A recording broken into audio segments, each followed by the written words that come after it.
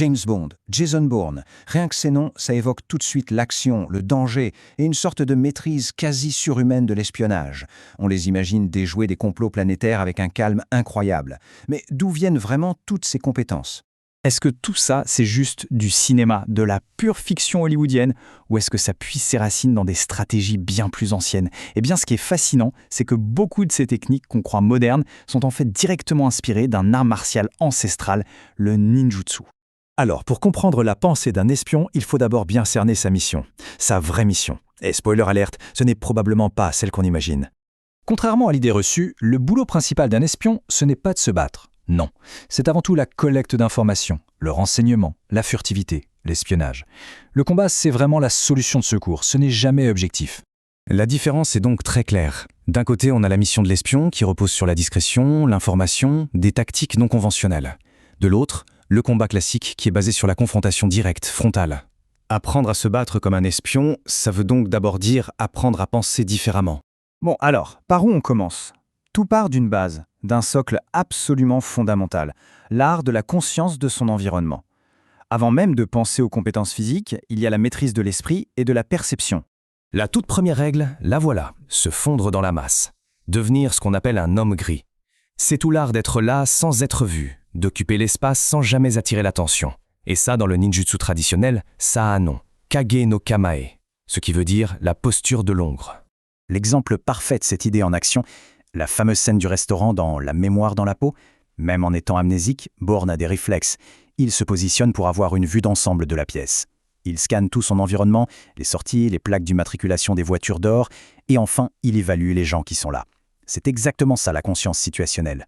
On monte d'un cran dans notre pyramide de compétences pour arriver à l'étage supérieur, l'arme des mots.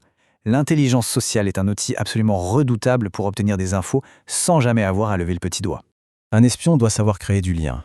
Il faut être capable de mettre les gens à l'aise, de les persuader subtilement de partager des informations et surtout de savoir lire le langage non verbal.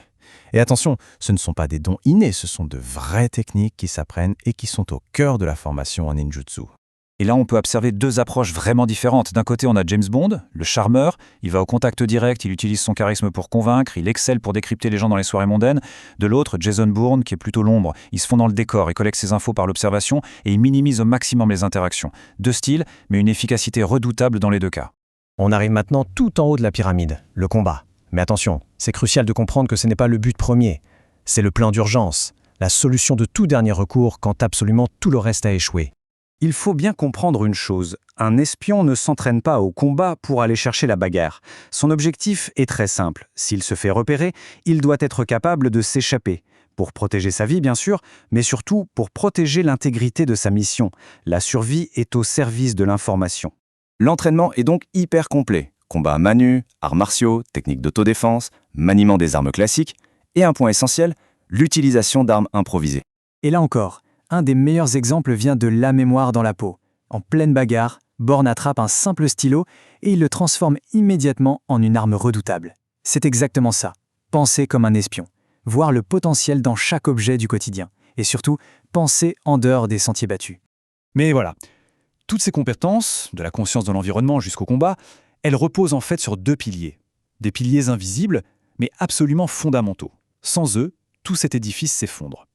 Le premier pilier, c'est tout simplement la condition physique. C'est logique, sans un corps préparé, entraîné, endurant, aucune de ces techniques ne peut être appliquée efficacement sous le coup du stress, de l'adrénaline et de la fatigue d'une situation réelle. Le deuxième pilier, c'est la gestion de la peur. Attention, ça ne veut pas dire que les espions n'ont pas peur, au contraire. Leur vraie force, c'est leur immense expérience à agir malgré la peur.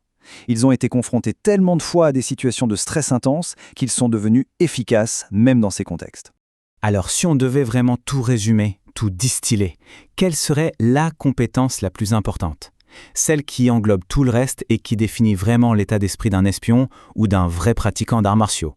La voilà, c'est d'être à l'aise dans l'inconfort.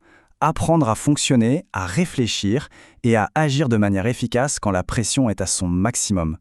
C'est peut-être la leçon la plus profonde à retenir, pas seulement pour l'autodéfense, mais finalement pour affronter n'importe quel défi dans la vie.